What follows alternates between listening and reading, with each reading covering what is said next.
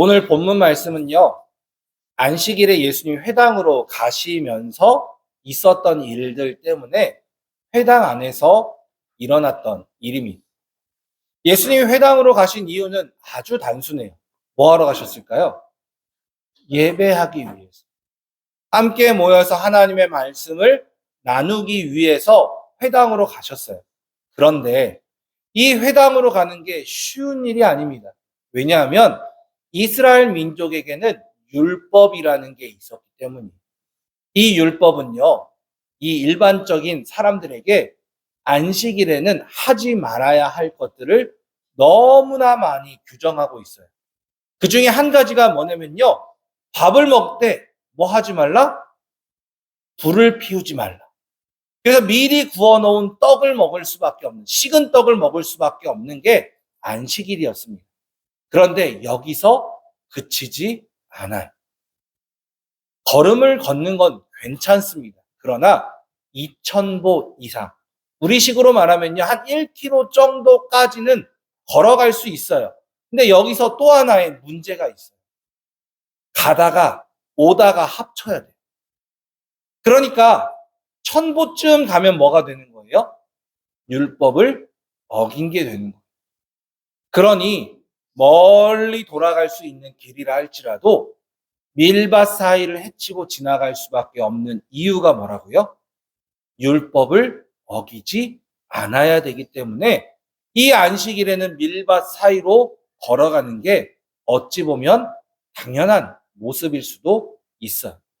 그런데 여기서만 그쳤다라면 아무도 뭐라고 하지 않았을 거예요. 문제는 제자들이 그 밀밭 사이를 지나가는데 배고픔, 허기짐을 견디지 못했다라는 사실이에요. 율법에는요, 도구를 사용해서 수확하는 것을 뭐라고 표현하냐면 일했다라고 표현해요. 즉 안식일에 이 일하는 것은 뭐가 돼요? 죄가 됩니다. 그러나 가난한 자들이 도구가 없이 주워가는 건 죄가 되지 않아요. 그런데 사실 이 제자들은 뭐 했어요? 칼로 밀을 거둔 게 아니에요. 배고파서 그 밀을 손으로 비벼서 한 줌 정도. 아니, 배고픈 사람은 두 줌, 세 줌을 더 먹었을 수도 있겠죠. 그러나 중요한 건 그것을 노동으로 볼 것이냐, 보지 않을 것이냐가 오늘 문제의 핵심입니다. 바리새인들은 이것을 무엇으로 봤어요? 노동으로 보고 예수님을 책망합니다. 정작 먹은 사람들은 누구예요? 제자들인데 예수님 앞에 따지기 시작해요. 그때 예수님은 분명한 기준을 이야기하셔요. 하나님이 왜 그 율법을 정하셨는지, 그리고 그 율법에서 말씀하시는 가장 중요한 게 무엇인지를 우리에게 이야기하고 계십니다. 오늘 특별히 두 사건이 등장합니다. 손 마른 자를 고치시는 사건까지. 주님은 안식일에 생명을 살리는 일을 하라고 오히려 권면하고 계신다는 사실을 우리가 알고, 이 말씀을 통해서 주님이 우리에게 주시는 은혜를 경험하는 거룩한 분들이 되시기를 간절히 소망합니다. 첫 번째로 주님은요, 우리의 실수도 은혜로 바꾸시는 분이셔요. 앞서 말씀드린 것처럼 제자들이 한 행동이요, 책망받을 만한 일인 건 맞아요. 왜요? 비록 손으로 율법에 어긋나지는 않았다 할지라도 원래는 하면 안 되는 게 맞는 겁니다. 그러니 바리새인들도 뭐예요? 의기양양. 예수님께 찾아와서 이건 잘못입니다라는 말을 듣고 싶은 거예요. 내 제자들이 했지만 이것은 잘못이다라는 말을 듣고 싶어서 바리새인들이 찾아왔던 거죠. 일반적인 상식으로만 이야기하면 예수님은 뭐라고 대답하셔야 돼요? 미안해. 이건 잘못된 게 맞아. 라고 이야기하셔야 되는 거예요. 그러나 주님은 미안하다라고 하지 않으세요. 오히려 그 뜻을 명확하게 하십니다. 하나님은 생명을 살리는 일을 위해 오히려 뭐 하라고요? 일하는 자가 되라라는 거예요. 다윗이 먹었던 것처럼. 그리고 또 하나, 제사장들이 안식일에 이 성전에서 일하는 것은 죄가 되지 않는다라고 하는 예배를 위한 일을 죄라고 여기지 않았다라고 말씀하고 계신 것이죠. 우리 성도님들은 언제까지 그런 마음을 품고 계셨는지 모르겠어요. 저 어렸을 때는요, 저는 합동측 교회를 다녔습니다.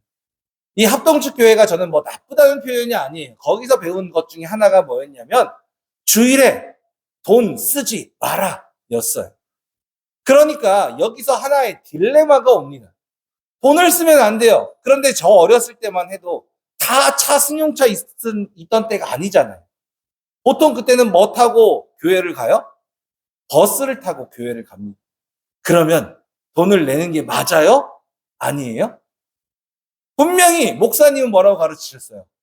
돈 쓰지 말라고 하는데 돈을 안 쓰고는 교회에 갈 수가 없는 거예요. 그런데 신기한 건요. 물어봤어요. 저처럼 당돌한 아이들이 항상 있습니다. 목사님, 버스 요금은 돈 쓰는 거 아닙니까? 목사님이 뭐라고 이야기하셨을까요? 야, 교회 올 때 하는 건 괜찮아. 라고 하시더라고요. 그런데 중요한 건 교회 아이들이 사탕 사 먹는 거. 예배 시간에 잘해서 사탕 사주는 건 또 뭐라고 하셔요? 잘못이라고 하시는 거예요. 저는 그때 나름 딜레마가 있었어요. 요즘에는 어때요? 주일날 아이스크림 사 먹으면 죄입니까? 아니요, 그런 말 안 해요. 주일날 기름 넣었다고 돈 썼다고 합니까? 그런 거 가지고 뭐라고 하는 사람은 아무도 없는 시대가 되긴 했습니다. 중요한 건요. 주님은 이것을 어떻게 바꾸셨는가요? 제자들이 분명히 잘못한 건 맞지만 이 잘못을 죄라고 정죄하시기보다 오히려 그 안에 숨겨져 있는 하나님의 뜻이 무엇인지를 찾으려, 그리고 그것을 가지고 이웃에게 증거하셨다라는 사실입니다. 우리는 흔히 폐암이나 폐 질환을 얻은 분들을 보면, 특히 그 중에서 남자분들이 폐 질환을 얻었다라고 하면 뭐라고 이야기하는지 아세요? 평소에 담배를 얼마나 폈길래 그러냐? 이렇게 책망하듯이 이야기. 그런데 흡연자들 중에 이 폐암에 걸리는 확률이 15배에서 80배 가량 높다라는 표현을 합니다. 그런데 실제로요, 폐암이나 폐 질환 중에 담배 때문에 이 폐 질환을 얻은 사람은요, 그리 많지 않다라고 해요. 실질적으로 여러 가지 생활 환경에서 오는 폐 질환이 더 많다라는 거예요. 저도요, 천식이 가끔씩 와요. 아시잖아요. 작년에도 그랬고, 올해도 그랬고. 제가 담배를 피워서 천식이 왔을까요? 담배에 담자도 관계없이 살잖아요. 그런데도 다른 환경 때문에 천식이 옵니다. 그런데 중요한 건 우리는 내가 아는 지식으로 정죄하기를 좋아해요. 꼭 이 폐암, 폐 질환만을 이야기하는 게 아닙니다. 어떤 사람이 결과, 어떤 안 좋은 일이 있고 어려운 일이 있으면 믿는 사람임에도 그러면 우리는 뭐라고 평가해요? 평상시 얼마나 충성을 안 했으면, 얼마나 하나님의 것에 도둑질했으면, 얼마나 저 사람이 온전한 믿음이 아니었으면이라고 우리는 뭐 하기를 좋아해요? 정죄하기를 좋아해요. 그러나 주님은 전혀 그렇지 않으세요.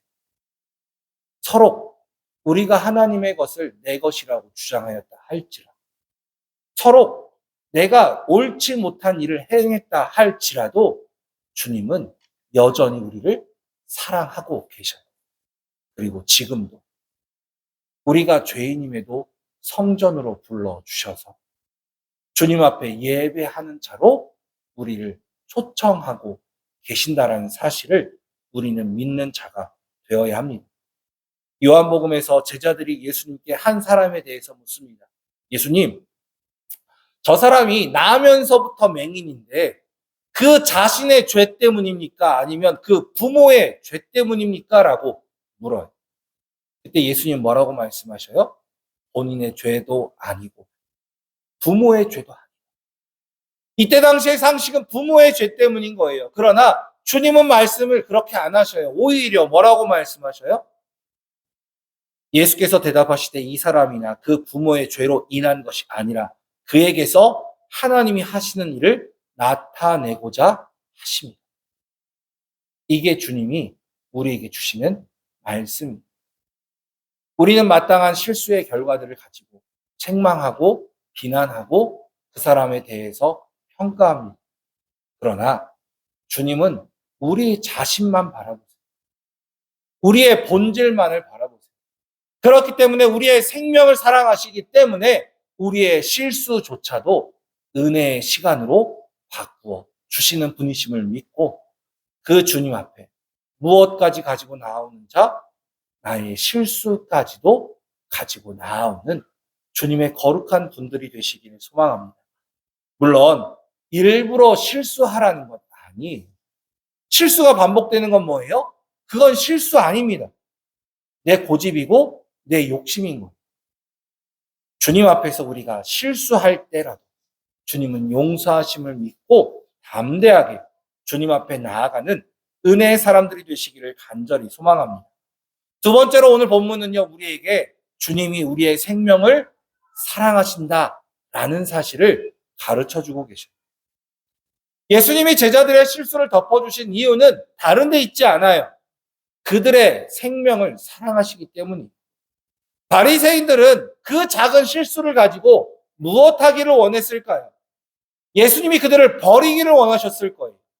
내 제자들이지만 잘못한 거야 라고 버리기를 원하셨을 겁니다. 그리고 예수님이 그들을 버리셨다라면 이들은 본보기를 삼기 위해서 무엇 하기를 원했어요? 안식일 일한 자에 대한 처벌, 돌을 던져 죽이는 일을 하기를 원했을 거예요. 이걸 아시는 주님은 그들을 내어 주실 수 없으신 거예요.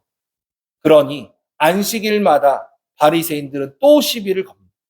저 손 마른 자를 고치는 게 옳은가라는 거예요. 안식일엔 일하지 말라고 했는데 고치는 건 일하는 것인데 그것이 옳은지를 다시 묻는 겁니다. 그러나 주님은 뭐예요? 그가 낫기를 원하세요. 치유되기를 원하세요. 그게 하나님의 뜻이라는 것을 다시 한번 가르쳐 주십니다. 주님은 우리의 생명을 사랑하시는 분이셔요. 그런데 주님의 능력은 뭐예요? 생명을 살리시기도 하실 수 있으십니다. 그러나 주님은 죽지 않기를 바라시는 게 주님의 마음이라는 사실이 분명하게 말씀하시죠. 사람이 만일 온 천하를 얻고도 제 목숨을 잃으면 무엇이 유익하리? 사람이 무엇을 주고 제 목숨과 바꾸겠느냐라고 주님은 말씀하십니다. 이 말씀을 오늘날 많은 목회자들, 성경을 좋아하는 믿는 자들은 뭐라고 이야기해요? 하나님은 한 영혼이 천하보다 귀하다라고 말씀하신다라고 그렇게 고백해요. 한 생명이, 한 영혼이 천하보다 귀하다라는 단어는요, 성경에는 없어요. 그러나 제가 방금 전에 읽어드린 것처럼 천하를 얻고도 제 목숨을 잃으면 무엇이 유익하리요라는 말씀을 가지고 우리에게 이야기하는 말씀이 한 영혼이 천하보다 귀하다라는 거예요. 그 말씀처럼 주님은 우리를 귀하게 여기십니다. 요한복음을 통해 이렇게 말씀하시죠. 이는 아버지께서 내게 주신 자 중에 하나도 잃지 아니하였사옵나이다 하신 말씀을 응하게 하려 합니다. 주님은 우리를 잃기를 원치 않으시고 우리의 생명을 지금도 지키시고 보호하시는 주님이심을 믿는 분들이 되시기를 소망합니다. 이 생명을 살리는 일, 우리는 어떻게 할 수 있을까요? 각자가 할 수 있는 일들이 참 많습니다. 그러나 저는요, 참 감사한 한 분을 알고 있어요. 이 옆에 복주교회 목사님의 여러 가지 활동들이 있으시겠지만 제가 복주교회 목사님이 가지고 다니시는 차 한 대를 보고 참 감사하다라고 얘기했어요. 생명살리기 운동본부라고 써져 있고 그 그림이 뭐예요? 태아를 위한, 낙태 금지를 위한 그 운동을 열심히 하고 계시더라고요. 물론 제가 그 목사님하고 이야기할 때 그렇게 얘기하세요. 내가 이거 한다고 낙태가 얼마나 줄어드는지는 알지는 못합니다. 그러나 이런 일이라도 하지 않고는 그 아이 생명 한 영혼을 내가 어찌 사랑한다고 이야기할 수 있겠습니까? 라고 이야기하시더라고요. 저도 뛰어들고 싶더라고요. 그 말씀을 들으니. 한 영혼을 위해, 한 생명을 위해 우리가 할 수 있는 일이 무엇인지 우리가 찾고 또 찾는 주님의 거룩한 분들이 되시기를 소망합니다. 그러기 위해서 우리가 최소한 기도하는 자는 되어야 할 거예요. 무엇보다 우리 주변에 꺼져가는 생명이 있는지 돌아보는 자가 되기를 소망합니다. 방송을 보면 독거노인, 홀로 계신 분들, 노인이 아니라도 홀로 계신 분들 중에 돌아가시고 나서 3개월, 6개월 만에 발견되는 일들을 뉴스로 종종 보게 돼요. 왜 그래요? 아무도 찾지 않기 때문이죠. 저는 그래도 참 감사한 게요. 마을마다 우리 교회 성도님들 소식이 오고 가는 그것들을 통해서 얼마나 감사한지 몰라요. 그러나 우리가 이것을 단순히 마을 사람들끼리만이 아니라 성도이기에, 그리스도인이기에 서로 찾아볼 수 있는 그 소식의 전달자가 우리가 되기를 간절히 소망합니다. 또 하나 이것을 넘어서 마음의 상처를 입고 죽음까지도 생각하는 자가 있다라면 그들을 찾아가 위로하는 자가 우리가 되기를 소망합니다. 앞서 말씀드린 것처럼 우리는 기도하는 자들입니다. 우리가 찾아갈 수 없는 전쟁의 포화 속에서 생명의 위협을 받는 어린아이들을 위해 우리는 그 전쟁이 종식되기를 기도하는 자가 되어야 하고, 여기서 끝이 아니죠. 더 멀리 있는 아프리카나 다른 나라의 기근과 기아로 허덕이는 생명을 위해 우리가 기도하고 그들을 후원할 수 있는 자가 우리가 되기를 간절히 소망합니다. 이게 마땅히 그리스도인들이 행하여야 할 주님의 사역임을 믿고, 우리가 모든 것을 동시에 다 할 수는 없지만 그 중에 단 하나라도 우리가 할 수 있는 일을 행하는 주님의 거룩한 분들이 되시기를 소망합니다. 마태복음 12장에서 주님은 이렇게 말씀하시죠. 상한 갈대를 꺾지 아니하시며 꺼져가는 심지를 끄지 아니하시기를 심판하여 이길 때까지 하리니. 우리 또한 꺼져가는 심지를 끄지 않고 꺾여있는 갈대를 꺾지 않는 주님의 거룩한 자가 되기를 간절히 소망합니다. 그래서 오늘 말씀에는 없습니다. 그러나 우리가 분명히 다짐해야 될 게 있어요. 오늘 우리가 주님이 원하시는 일을 행하는 자가 되어야 합니다. 우리가 주님이 원하시는 것을 어떻게 할 수 있을까요? 주님이 원하시는 것이 무엇인지를 먼저 발견하고 그 일을 행하는 자가 우리가 되어야 합니다. 먼저 말에 힘이 있다라는 말을 우리는 자주 하죠. 맞습니다. 말에는 엄청난 힘이 있어요. 그래서 우리가 축복하기도 하고 저주하기도 합니다. 그런데 중요한 건 우리는 축복하는 입술이 되어야 해요. 무엇보다도 생명을 살리기 위해 우리는 말로 생명을 살리는 자가 되기를 소망합니다. 식물도요, 칭찬하면 뭐예요? 잘 큰대. 반대로 식물에게 화를 내고 저주하면 그 식물도 꼬꾸라지거나 죽기도 한다라고 합니다.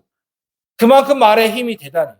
그래서 먼저 우리가 말로 생명을 살려야 되는데 누구 살리시겠습니까? 아유, 목사님 머리 아프게 갑자기 누구 살리지? 이제서 물어보면 내가 생각도 안 해왔는데 옆에 있는 분들부터 살리셔야죠. 자, 옆에 있는 분 손을 꽉 잡아보시기 바래요. 한 분씩이라도 꼭 손 잡으세요. 손 안 잡으시면 저 잡을 때까지 멈출 겁니다. 우리 윤권사님 옆으로 이동하셔야 돼요. 네, 손 잡으시고. 자, 한번 따라해 보세요. 옆에 분을 보시고, 살아라! 더 잘 살아라! 다시 한번 해보세요. 얼굴 보시면서. 살아라! 더 잘 살아라! 힘내라! 더 크게 힘내라! 웃어라! 더 활짝 웃어라! 한 번만 더 해볼게요. 살아라! 더 잘 살아라! 힘내라! 더 크게 힘내라! 웃어라! 더 활짝 웃어라! 이거 제가 만들었어요. 정말 그렇게 서로를 살리는 입술이 되기를 소망합니다. 표정 보니까요, 살아나셨어요. 지금 많이 살아나셨어요. 이제 또 하나 이웃에게 할 수 있는 말을 한 번 더 하려고 해요. 이번에 손 안 잡으셔도 됩니다. 그러나 바라보시고 이렇게 한번 해보세요. 사랑해.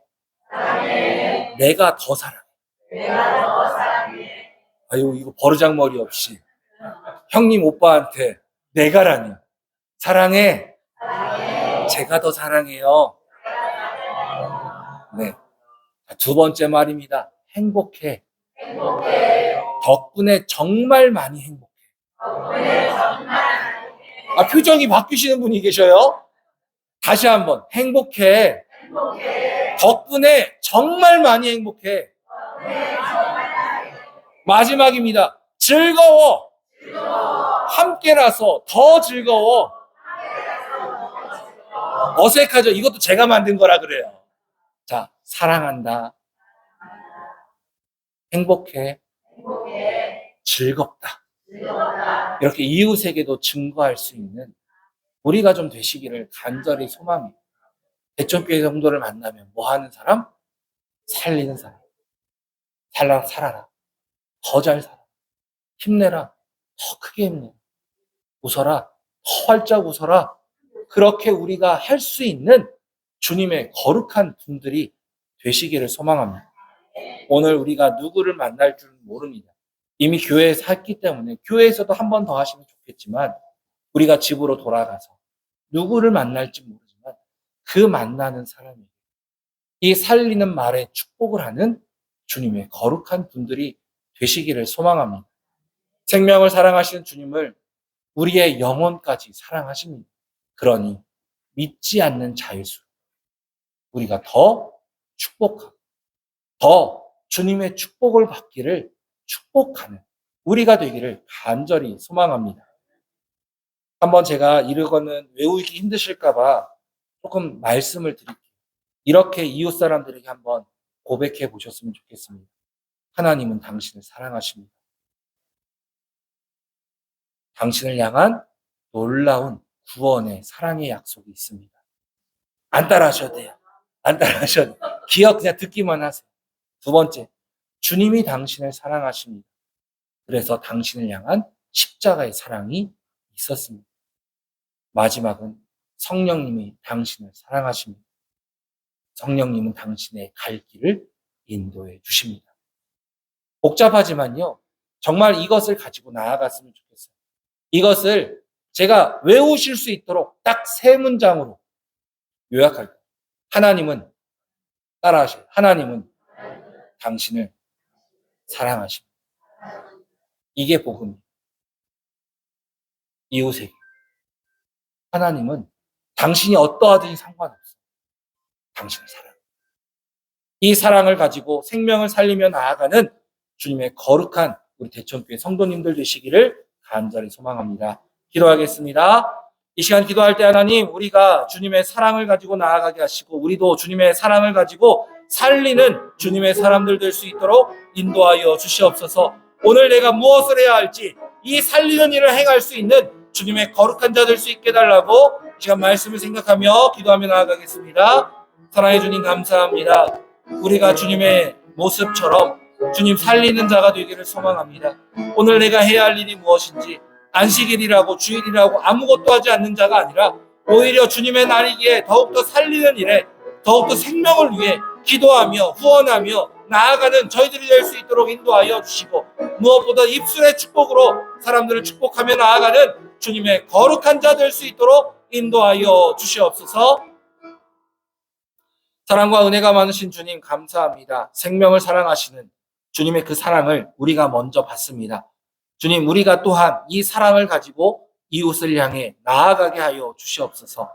주님, 살아라, 웃어라, 행복해라 외칠 수 있는 저희들이 될 수 있도록 인도하여 주시고 무엇보다 이웃에게, 특히 믿지 않는 자들에게 하나님은 당신을 사랑하신다라고, 나도 당신을 사랑한다고 고백할 수 있는 우리가 되어서 죽어가는 영혼을 살리는, 그리고 또한 주님 꺼져가는 그 불꽃을 살려내는 우리 대천교회 성도님들이 될 수 있도록 축복하여 주시옵소서. 사랑이 많으신 예수님의 이름으로 감사하며 기도드립니다.